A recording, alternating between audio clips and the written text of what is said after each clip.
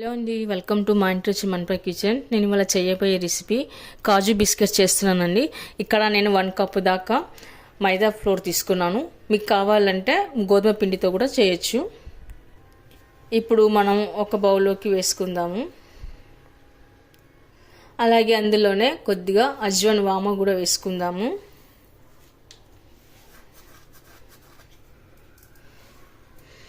అలాగే అందులోనే కొద్దిగా నెయ్యి కూడా వేసుకుందాము.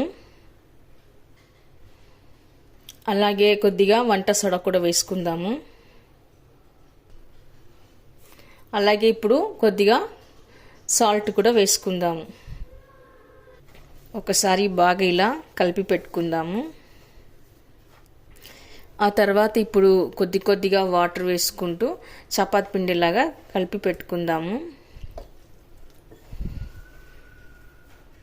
ఇలా అంతా చపాతీ పిండిలో కలిపి పెట్టుకున్న తర్వాత ఒక 15 మినిట్స్ మనం ఉంచి పక్కన పెట్టుకుందాము. ఇప్పుడు ఇలా తడిపి పెట్టుకున్న పిండిని తీసుకొని దీన్ని 2 భాగాలుగా ఇలా చేసుకుందాము.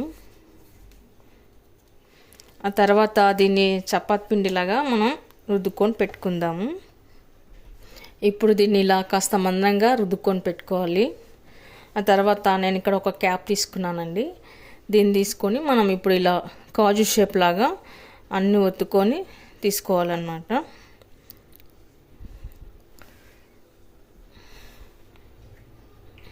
ఇలా తీసుకుంటే ఇలా షేప్ వస్తుందండి.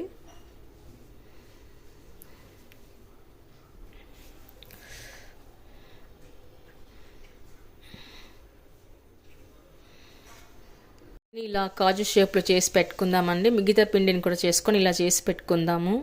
ఇప్పుడు అన్నీ ఇలా చేసి పెట్టుకున్న తర్వాత డీప్ ఫ్రై చేసుకుందాము.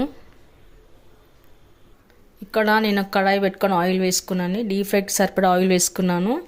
ఇప్పుడు మనము కాజు బిస్కెట్స్ని ఇందులో ఒక్కొక్కటిగా వేసుకుందాము.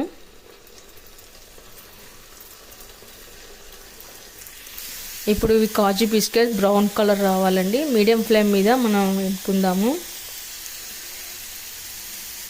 మధ్యలో ఇలా అనడం వల్ల చిల్లుల గట్టితో ఇలా అనడం వల్ల మధ్యలో బాగా కాగిపోతుంది.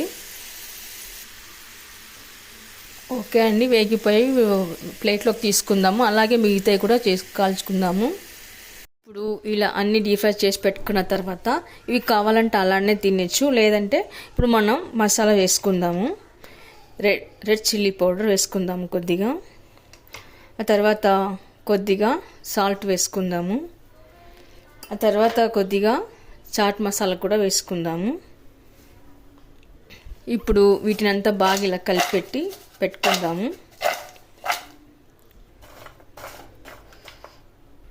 ఇలా అన్ని మసాలా కలిపి పెట్టుకున్న తర్వాత మనం ఇలా కంటైనర్ బాక్స్లో కూడా వేసి పెట్టుకోవచ్చండి. ఒక 10-15 డేస్ వరకు నిల్వ ఉంటాయి.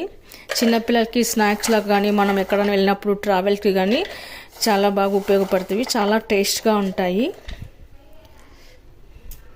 చూడండి, చాలా బాగా కుదిరింది. మీకు కనుక ఈ వీడియో నచ్చినట్లయితే లైక్ చేయండి, షేర్ చేయండి, కామెంట్స్ పెట్టండి. మీకు ఎలా కుదిరిందో కామెంట్స్లో పెట్టండి.